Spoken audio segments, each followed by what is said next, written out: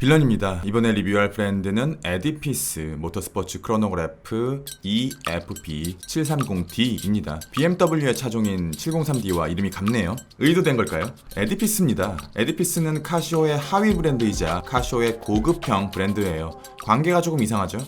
세이코와 그랜드 세이코처럼 완전히 독립되어 별도로 운영되는 게 아니고 폴로와 폴로 블루 라벨, 블랙 라벨 정도의 관계이지 않을까요?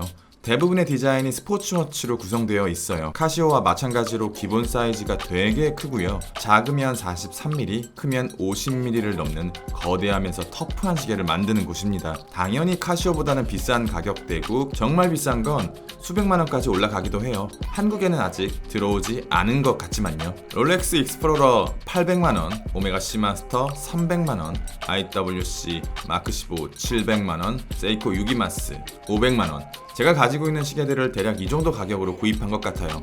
구독자님들은 이 고철덩어리가 수백만 원의 가치를 한다고 생각하십니까? 아니면 이 새끼 머리에 총 맞은 거 아닌가 라고 생각하십니까? 이것들은 카시오 흑세치 같은 저렴한 시계와 비교해서 월등히 좋은 퀄리티를 갖추고 있는가, 다양한 기능들을 갖추고 있는가, 전혀 아니거든요. 익스플로러는 퀄리티가 처참한 9세대 브레이슬릿이고 마크 안에는 저렴한 범용 무브먼트가 들어갔고 오메가는 쿼츠 무브먼트입니다.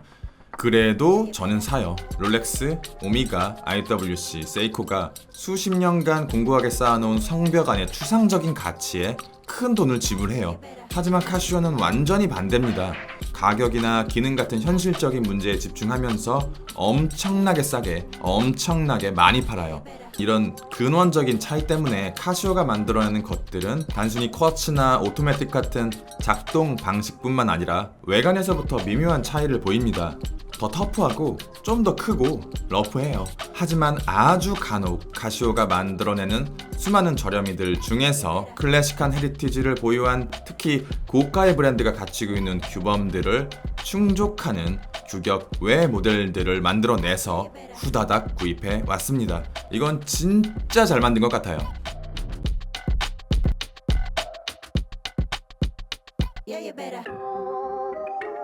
사이즈는 40mm고요. 베젤을 케이스가 아래에서 받쳐주는 구조라서 체감되는 사이즈는 38mm 정도로 생각하시면 될 거예요. 두께는 11mm로 되게 얇은 편이고 러그 투 러그는 조금 긴 편 48mm, 러그 20mm. 무게는 생각보다 무겁습니다. 135g, 24만 5천원, 칼리버 5742, 쿼츠 무브먼트, 스틸, 사파이어 글래스, 스크류백 케이스, 칩바, 100m 방수. 스펙과 밸런스는 진짜 완벽에 가까워요. 럭셔리 아래 기계식 크로노그래프 중에서는 제니스 엘프리메로와 롤렉스 데이토나를 제외하면 이 정도 밸런스를 가진 시계는 거의 없을걸요. 거기다 케이스의 소재, 글래스의 소재, 방수까지 잡아줬고요. 퀄리티와 디테일만 괜찮으면 합격 목걸이를 줘도 될 것 같아요. 이 시계에서 가장 독특한 점은 케이스 디자인입니다. 럭셔리 브랜드 제니스에 존재하는 크로노마스터 리바이벌의 케이스 디자인이에요. 로야로크의 젠타, 롤렉스의 오이스터, 오메가의 트위스티드, 세이코의 스킨다이브 같이 이미 너무나 잘 알려져 있고 오래전부터 여러 브랜드에서 그 디자인을 차용하고 있는 것과는 다르게 이 케이스는 아직 대중화되지 않았습니다. 어려울지도 몰라요. 케이스 하나만으로 특정 브랜드를 도출해낼 수 있거든요. 총 3가지 색깔이 있어요. 블루, 블랙, 그리고 제가 선택한 건 실버인데요. 개인적으로 썬레이 다이얼을 좋아하지 않고 또 이렇게 은빛, 실버 계통의 다이얼을 극혐해요. 그런데 실물을 보고 나서는 단 1초도 고민하지 않았어요. 브레이슬릿의 퀄리티는 카시오와 마찬가지로 어설픕니다. 핸들링을 해보면 카시오 저가 시계처럼 링크 속이 텅 빈 깡통은 아닌데 엔드링크 속이 비어있고 버클이 카시오의 그것입니다. 그런데 다행인 것은 이 시계가 줄질을 정말 잘 받아요. 제니스 리바이벌은 케이스 헤드에 각이 많아요. 거기다 젠타의 인터그레이티드 케이스처럼 브레이슬릿과 일체가 된 구조가 아니라서 브레이슬릿도 별로고 다른 스트랩도 되게 안 받는 얼굴이거든요. 그런데 카시오는 이걸 개선했어요. 케이스의 각을 줄이고 매끈하게 연결해줬고요. 러그 투 러그를 조금 포기하더라도 케이스를 평평하게 뽑아서 줄질이 정말 환상적으로 잘 받아요. 물론 두께가 얇기 때문에 가능한 거겠지만요. 이 시계가 얼마나 줄질을 잘 받는지 보여드릴게요. 러그가 20mm라서 줄질을 하기에도 최적입니다. 밝은색 가죽 스트랩도 잘 받고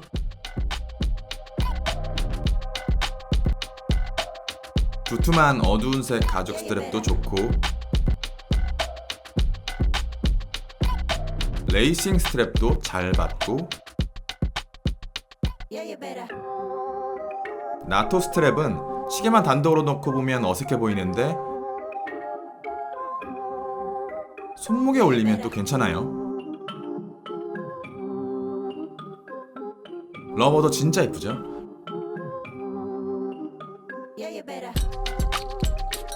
이렇게 무늬가 있는 러버보다는 완전히 매끈한 디자인의 러버가 더 괜찮더라고요.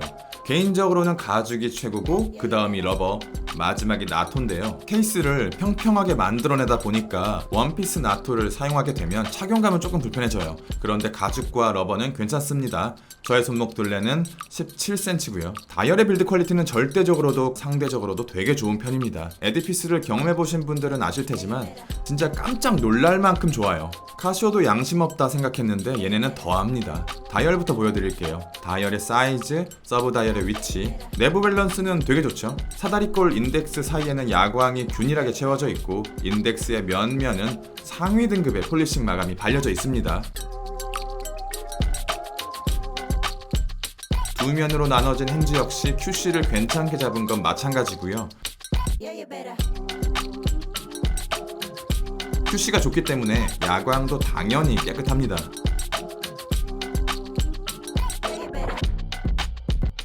다이얼 썬네이 브러싱은 부드럽고 밀도 있는 방식은 아니에요. 그런데 은빛의 채도와 되게 잘 맞는다고 생각하거든요. 취향이고 나발이고 진짜 예뻐요. 조금 더 노멀한 조합인 블루나 블랙을 놓고서 실버를 선택한 또 다른 이유는 결국 이런 비율 좋은 크로노그래프에서 진짜 주인공은 서브 다이얼이라고 생각해요. 블루 블랙과는 다르게 무거운 질감의 서브 다이얼이 은빛 썬네이의 브러싱의 화함을 조금 균형 있게 맞춰주는 느낌이 되게 좋았어요. 서브 다이얼 끝에는 추가적인 베벨링 마감이 들어가 있어서 마치 하나의 링이 추가적으로 더 있는 것처럼 보이고요. 링이 빛나는 방향에 맞춰 인덱스가 같이 반응해줘요. 저는 이런저런 조건들을 따져가며 실버를 선택했는데 뭘 선택하든 후회하는 건 매한가지잖아요. 그나마 내가 끌리는 걸 선택하는 게 남의 말 듣고 선택하는 거보다는 조금 덜 후회하게 되더라고요. 이번에는 케이스의 빌드 퀄리티를 보여드릴게요. 깨끗하게 떨어지는 패시,